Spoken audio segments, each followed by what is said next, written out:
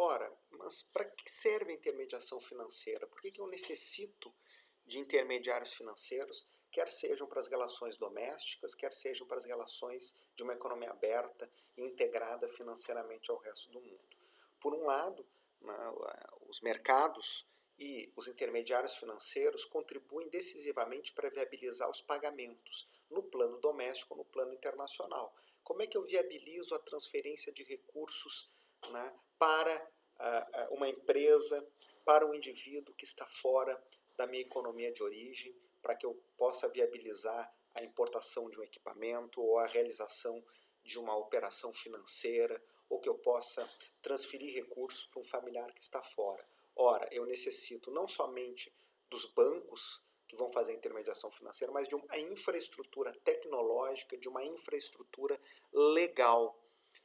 Eu tenho que ter acordos entre os países que viabilizem essas transferências. Eu tenho que ter um sistema lógico de códigos, de sistemas no sentido, né, que o pessoal da área de informática trabalha, computadores com capacidade de armazenar, processar, transferir com segurança essas informações, porque os recursos não são transferidos fisicamente. Quase todas as operações financeiras domésticas e internacionais são transferências eletrônicas, são operações escriturais, elas não têm existência física necessariamente.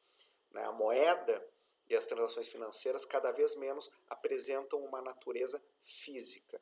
Elas sim são convenções, regras, né, baseadas na atuação de instituições reguladas em geral pelo Estado e que viabilizam as transações econômicas dos agentes. Também, né, os intermediários financeiros são importantes para viabilizar o circuito finance funding, né, para usar a expressão do Keynes, viabilizar decisões de gasto dos agentes econômicos, adiantando o poder de compra por meio do sistema de crédito, e que de alguma forma isso vincula tomadores de recursos a agentes que estão líquidos em determinado momento, como nós vamos ver na sequência. E por conta disso, os mercados financeiros, tanto no plano doméstico quanto no plano internacional, permitem a fixação do preço dos ativos financeiros, de um modo geral, e dos ativos não financeiros também. Se eu quero vender uma empresa, se eu quero vender equipamentos, eu preciso ter noções de preço, e numa economia financeiramente aberta, não somente os investidores e compradores domésticos e potencial, mas os compradores não residentes, que estão em outras economias, né, vão potencialmente se tornar fonte de demanda e fonte de estímulo para que os preços sejam estabelecidos neste ou naquele nível. Eu também posso, por meio dos mercados financeiros, arbitrar ganhos intertemporalmente ou entre ativos de riscos distintos ou entre ativos denominados em moedas distintas. Essas operações de arbitragem, por um lado, permitem que outros agentes captem recursos, gerenciem melhor seus riscos. Lembrem lá, quando nós tratávamos do mercado cambial, para que um importador possa travar o seu risco, né, cambial, né, e contratar algum tipo de derivativo financeiro que o proteja, um contrato futuro de moeda estrangeira, ele precisa que um outro agente esteja disposto a arbitrar em torno desse preço, assumir uma posição aberta e, portanto, garantir, né, liquidez aos instrumentos, né, de proteção para alguns e de potencial ganho de dinheiro para outros. Então, a existência de um sistema de pagamentos rígido, eficiente e sólido viabiliza as operações comerciais, viabiliza com que nós, pessoas físicas, também realizemos transações, né, possamos viajar, possamos transferir recursos, comprar bens e serviços fora dos nossos países, permite com que empresas invistam, captem recursos, gerenciem melhor seus riscos. Então, há inúmeras funções que a intermediação financeira viabiliza. Uma forma estilizada de observar os mercados financeiros, que tem lá em cima a regulação por parte do Estado, dos bancos centrais e de outras autoridades, no caso do Brasil, CVM, por exemplo, ou as instituições específicas que controlam seguros, dentre outras áreas, nós temos dois grandes segmentos, né? Um segmento de intermediação que nós poderíamos chamar de finanças indiretas e outro de finanças diretas. De um lado, nós temos agentes econômicos que estão líquidos. São agentes econômicos cuja renda corrente excede os seus planos de gastar naquele momento. Podem ser empresas, famílias, governos, empresas, famílias e governos da economia e do resto do mundo, estrangeiros.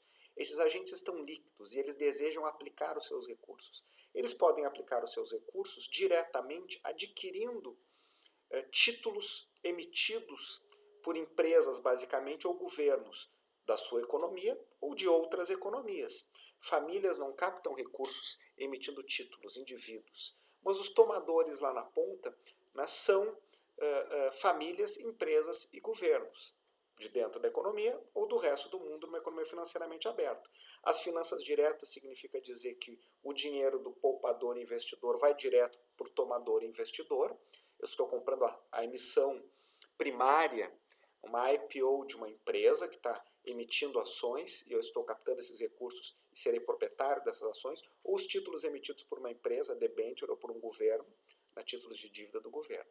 Finanças indiretas é quando eu mantenho o meu recurso, eu família, eu empresa ou eu governo, num banco, né, numa aplicação financeira de um banco, e este banco irá aglomerar estes recursos e emprestar aí sim para famílias, para empresas, para governos, no país e fora do país. Então, numa economia aberta, nós temos que entender que o leque de oportunidades de investimento para quem está líquido se amplia e o leque de oportunidade de financiamento para quem quer gastar mais do que tem, por isso que são tomadores e investidores, né? Porque eu quero investir, eu empresa, na aquisição de máquinas e equipamentos, o governo nas suas transações correntes ou nas transações de capital, o resto do mundo também, e famílias que querem gastar mais do que tem naquele momento, por exemplo, adquirindo imóveis, por exemplo, adquirindo um automóvel. É sempre importante lembrar que as transações originárias de um direito de propriedade são chamadas de transações do mercado primário. Então, quando uma empresa capta recursos no mercado doméstico, quer seja um investidor, quem está comprando aquilo, seja um residente ou não residente, essa é uma transação no mercado primário. Isso vale para títulos e vale para ações. Vamos imaginar que eu comprei a ação de uma empresa e a vendi num segundo momento. Essa segunda operação de vender para um outro investidor é uma transação no mercado secundário. Isso vale para a Bovespa, isso vale para a Bolsa de Nova York. Isso vale para instrumentos no mercado doméstico e para instrumentos no mercado internacional. A existência de um grande volume de agentes econômicos comprando e vendendo no mercado secundário viabiliza as transações no mercado primário. Da mesma forma, é importante sempre lembrar que aquilo, em qualquer transação financeira, via intermediação direta ou indireta, aquilo que é ativo de um agente é passivo do outro. Aquilo que é o direito de propriedade de um é obrigação de outro. Então, um determinado agente econômico, quando realiza um empréstimo, ele se torna credor e, por sua vez, a contraparte que adquiriu torna-se devedor. Quando eu boto meu dinheiro num CDB no banco, eu sou o credor do banco. Quando o banco pega esse recurso e empresta para uma empresa, a empresa é devedora do banco e o banco é credor daquela empresa. Indiretamente, né, o sucesso das transações que o banco vai fazer com as pessoas que captam recursos junto a ele é importante para viabilizar a rentabilidade e a liquidez dos investimentos que eu estou fazendo no banco. Então, economia capitalista, as modernas economias de mercado, os agentes estão interligados por uma rede de contratos, de obrigações formais ou informais, nas quais eu tenho sempre na ponta um comprador, na outra ponta um vendedor. Em uma ponta, alguém que tem uma obrigação financeira diante de uma contraparte. Em economias fechadas, esse conjunto de direitos e obrigações se dá no âmbito estritamente interno.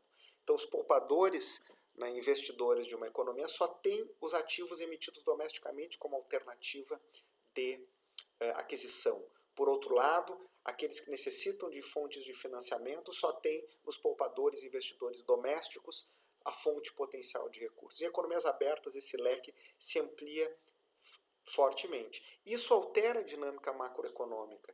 Uma economia financeiramente aberta, o movimento dos preços financeiros, taxa de juros, taxa de câmbio, esses diferenciais afetam enormemente o desempenho macroeconômico dessa economia, particularmente num mundo, como nós vimos no início da nossa disciplina, em que o sistema monetário e financeiro internacional, esse SMFI, é assimétrico. Há países que têm sistemas mais profundos, mais desenvolvidos e moedas conversíveis internacionalmente e outros não.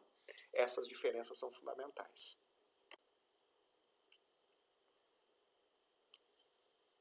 Vocês vão estudar mais sobre isso lá no nosso manual, no Krugman e no Obstfeld, e no livro do Obstfeld e Taylor. Lembrando que o Obstfeld de Obstfeld e Taylor é o mesmo Morris Obstfeld, coautor do Krugman.